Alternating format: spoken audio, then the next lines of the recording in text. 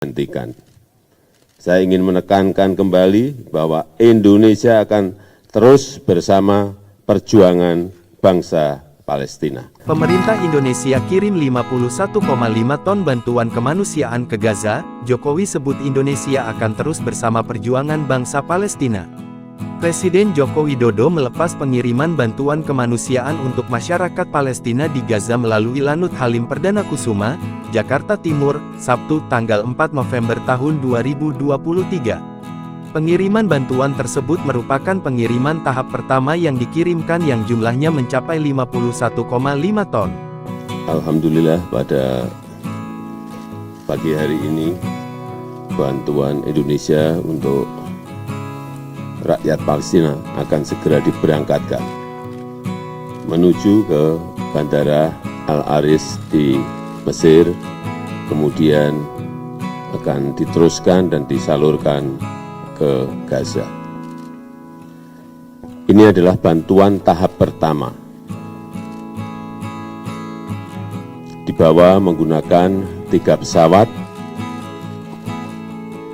dan berisi 51,5 ton bantuan.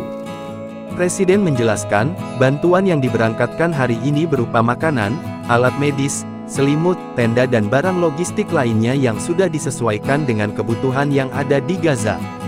Sementara itu, untuk bantuan tahap selanjutnya sedang dalam proses persiapan.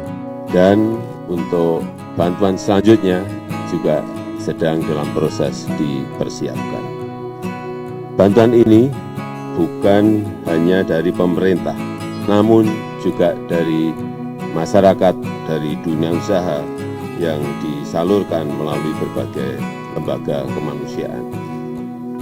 Ada yang dari Basnas, dari IHA, dari PMI, dari Kitabisa, dan juga dari pemerintah, TNI dan Polri, yang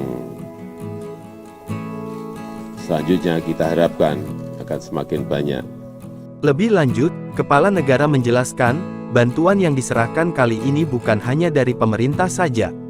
Presiden Joko Widodo mengatakan, Indonesia akan terus mendukung perjuangan Palestina. Dia pun menyebut bantuan yang dikirimkan Indonesia pada Sabtu ini merupakan wujud kepedulian bangsa Indonesia terhadap kemanusiaan. Sebab menurutnya konflik bersenjata yang melibatkan Hamas dengan Israel di wilayah Gaza harus dihentikan.